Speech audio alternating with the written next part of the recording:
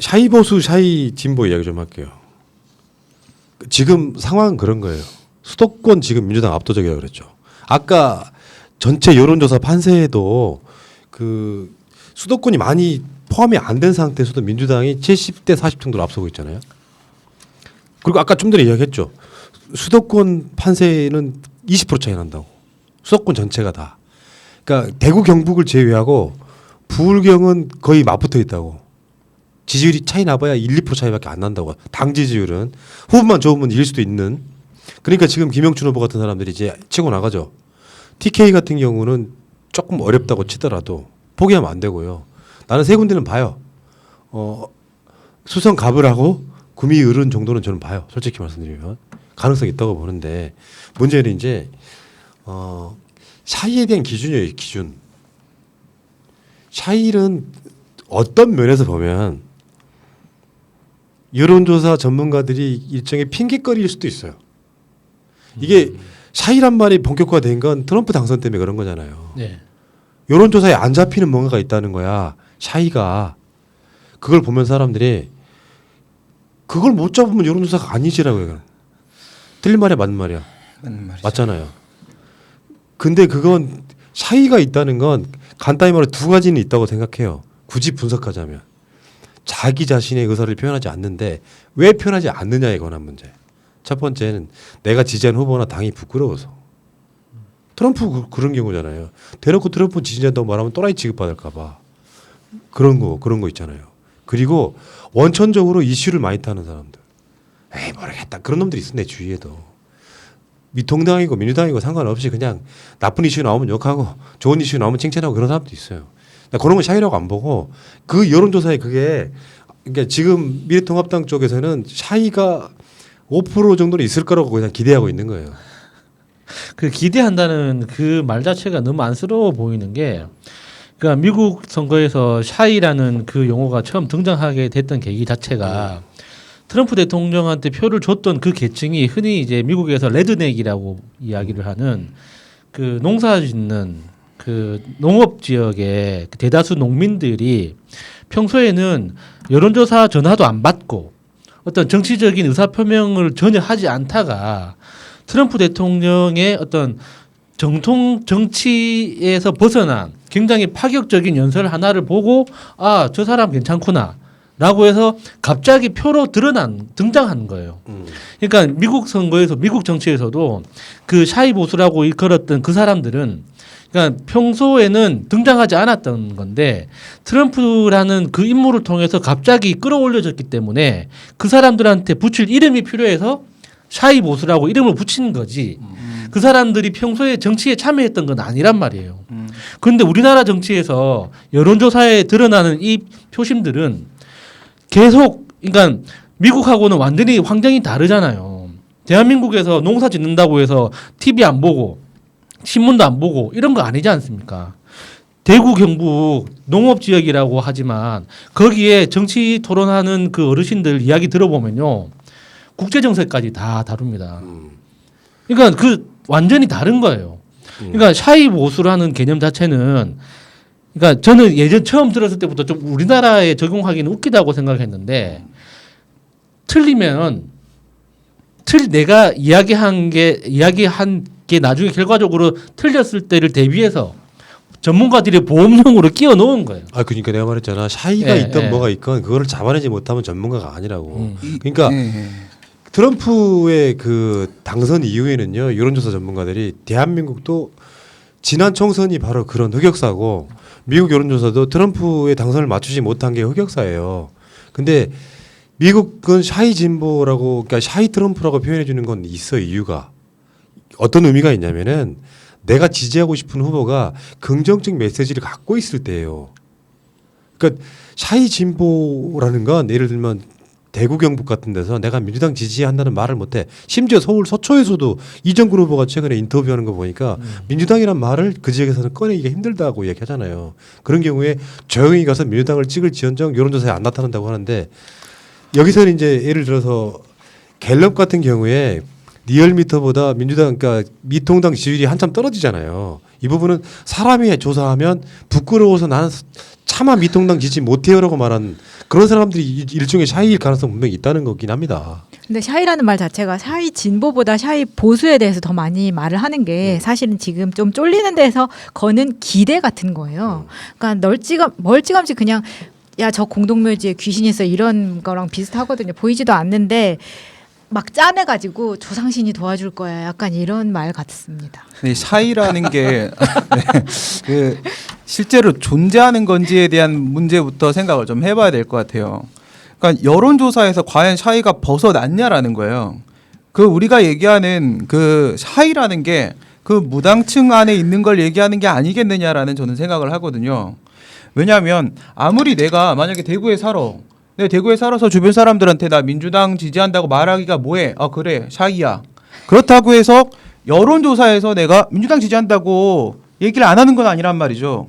결국 여론조사에서는 전화를 받고 내가 얘기를 해요. 그럼 이게 숨을 데가 없거든요.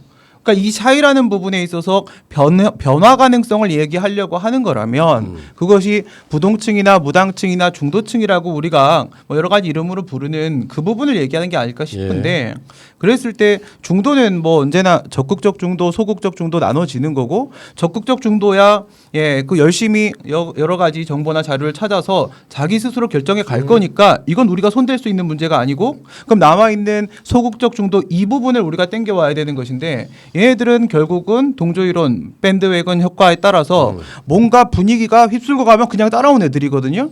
그래서 제가 이번에 우리 민주당이 사실 복잡하게 안 가. 처음부터 끝까지 코로나 얘기만 해요. 너무 잘하고 있다. 왜냐하면 코로나 하나로 밀고 나가면 되는데 그럼 이거 대응을 잘 하고 있기 때문에 제가 그 이스라엘의 역사학자 중에요 유발 하랄이라는 사람이 최근에 있죠, 유명하죠. 네, 이 사람이 이후에 코로나 이후의 세계는 어떻게 될 것인가라는 기사를 쓴 게 있어요. 근데 지금 우리는 상당히 위기 상황에 처해 있기 때문에 지금은 그 어떤 때보다 아주 빠른 속도로 결정을 내리게 될 건데 이게 비상사태니까 지금만 이렇게 하자라고 결정을 내리게 되겠지만 결국 이것은 이후에 수십 년간의 우리의 모습을 결정하게 될 것이다. 이런 얘기를 했거든요. 그러면서 이제 많은 것들이 변할 거예요. 지금 현재 유럽에서도요. 유럽에서 병원이라거나 뭐 아니면 민간 기업까지도 국유화를 시키고 있어요. 근데 우리나라에서 전 뭘 보고 놀랐냐면 마스크 오브제 할 때 분명히 저거 공산당이다라고 얘기하는 게 맞아요. 기존의 미통당 방식대로면 뭔 놈의 배급제야 지금 이런 얘기를 못 사는 놈들이 하는 짓 아니야. 근데 아무 말이 안 나왔잖아요. 이 비상사태라는 것을 모두가 인식하고 있는 거거든요.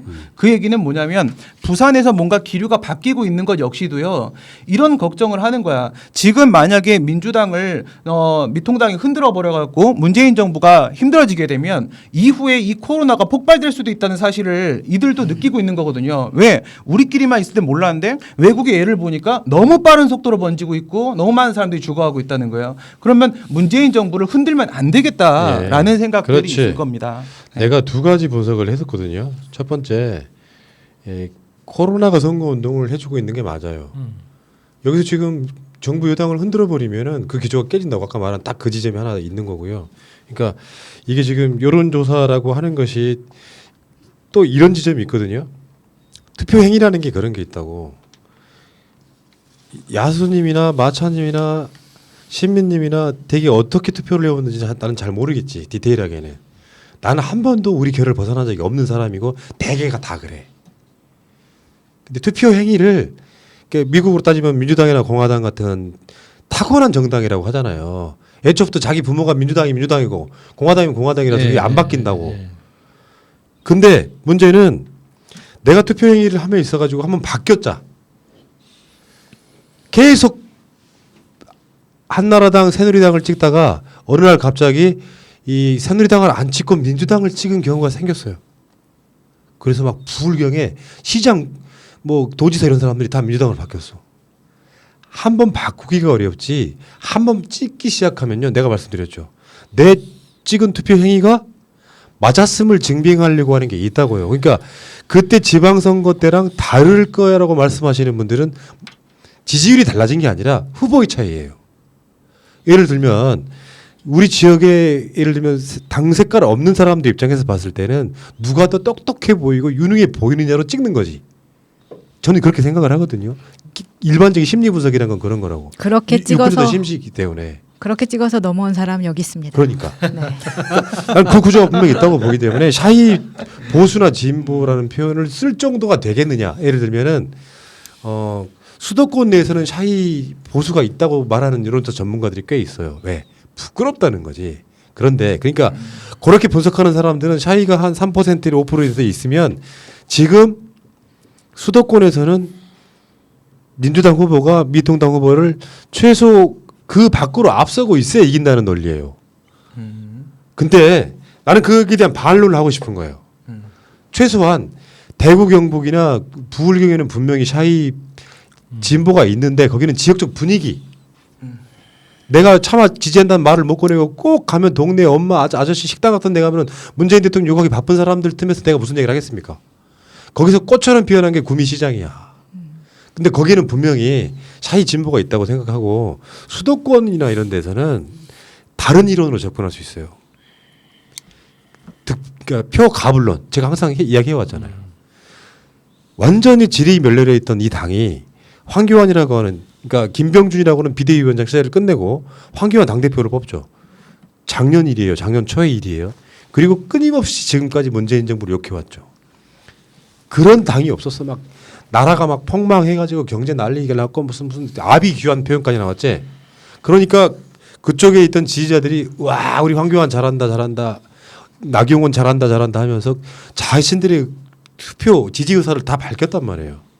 말하자면 만약에 샤이 보수가 있다고 하면요 선거 지금 9일 남은 상태 뭐 일주일 밖에 안 남은 상태에서 지지율이 오히려 떨어진 짓은 못하죠. 그러니까 저는 전체적으로 샤이 진보라고 부를 만할 정도의 표현은 사실상 없다고 봐요. 가불론이라고 가불론. 다 끌어다 써가지고 더 이상 안 오르잖아요. 옛날 투표 갖고 지금 미래통합당이 굉장히 이슈를 뭔가 예를 들면 이런 거지. 옛날에 무상급식처럼 전 국민한테 처음부터 재난지원금을 전 국민한테 1년에 100만 원씩 줍시자를 저쪽이 먼저 끌고 왔다면 그 이슈를 이번 총선 때 주도해 갔을 거라고 생각해요. 근데 그 이슈도 김명수 지사 같은 우리 쪽 사람이 툭 던지면서 그 이슈 선전 못했지. 이제 와 질질 끌려가면서 전 국민한테 50만 원 주자. 그러니까 이 보수의 샤이 보수표가 저는 남아있을 가능성은 거의 없다고 보는 거예요. 제 주장입니다. 뭐가 맞는지는 모르지. 근데 그 샤이라는 게 이제 부끄럽다는 뜻이잖아요. 그러니까 부끄러워한다는 측면에서는 분명히 있겠죠. 그런데 여론조사 전문가들이 쓰는 그 용도의 샤이는 사실 진짜 존재하는지 이제 의문스러운 게 사실이에요. 자, 그 샤이 이야기였고요. 그 수도권에서는 진짜 어마어마하게 지금 우리가 잘 몰라서 그렇지 수도권에서는 미래통합당이 엄청 쫄리는 상태로 가고 있다는 게 정설이에요. 거의 이기는 지역구가 없을 정도. 나는 지난 지방선거의 한 90%는 재연되지 않을까 싶어요.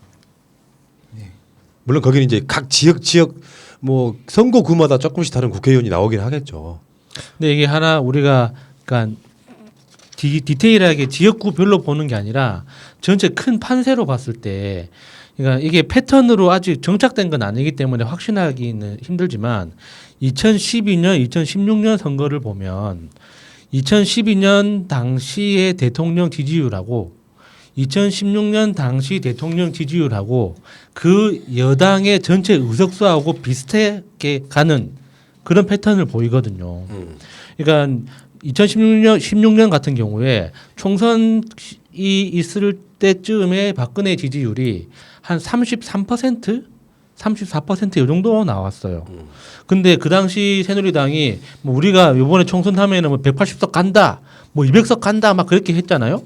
근데 딱 뚜껑을 열어보니까 100석 좀 넘었었죠. 그러니까 그게 딱 그 전체 300석 중에 33%, 34% 정도를 딱 이렇게 금방으로 왔다 갔다 하는 2012년도 비슷한 패턴을 보이거든요. 그러니까 지금 대통령 지지율이 55%에서 57% 왔다 갔다 하잖아요. 그러니까 그 정도 선에서 그러니까 최소 민주당의 의석이 그 정도가 되든지 안 그러면 민주 진보 진영 전체 의석수가 그 정도가 되든지 그 정도 선에서 움직이지 않을까 이렇게 예측을 하는 거죠. 그러니까 내가 항상 드리는 말씀이죠. 여론조사 전문가들의 말은 반만 믿어라. 진짜로 반만 믿어라. 난 그게 정답이라고 생각해요. 예를 들면 그 사람들은 데이터를 보고 얘기하죠. 그리고 자신들의 책임을 져야 되기 때문에 샤이 진보가 샤이 보수가 있을 수도 있어라고 말하는 건 밑자락을 까는 거야. 면피하려고. 그래 반만 믿으라는 거고요. 저는 분석의 기반을 심리에 기반합니다. 심리적 기반. 그러니까 유권자라고 하는 사람들이 갖고 있는 생각이 있잖아요. 도저히 어떤 이슈가 나와도 절대 문재인 정부랑 민주당 못 찍은 사람들은 그냥 포기하는 거예요. 전에 말씀드렸죠. 중도라는 게 정확하게 어떤 포지션에 있는지. 중도는 소위 말해서 샤이 보수라고 있다고 하면 유전적으로 문재인이나 민주당이나 뭐 이쪽 계열이 싫은 사람들을 제외하고 나머지 사람들은 개혁적일 때만 반응한다고. 그게 진정한 의미의 중도이자 이 뭔가 캐스팅 보터라고 이 상황이라고 좀 보면은 샤이 보수가 존재한다 안 한다 논쟁은 의미가 없는 거예요. 지금 제가 봤을 때는 샤이 보수가 그러니까 만약에 민주당이 이기고 있다고 했는데 어떤 지역에 보수 후보 미동남 후보가 이겼어. 그때 써먹으려고 밑자락 가는 거라고. 지들이 잘못했을 가능성보다는 야 이거 샤이 보수가 있었고 진 거 아니야 이런 밑자락 가는 부분이 분명히 있다고요. 전체적인 판세나 지지율은 지금 숨어있는 보수는 없다고 보고 오히려 숨어있는 보수가 있는 게 아니라 이슈를 지금 문재인 대통령이나 민주당이 끌어가면서 투표를 포기하는 사람들이 늘어나고 있는 거죠. 전 정확히 그렇게 봅니다. 그렇죠. 자, 그 이야기는 여기까지.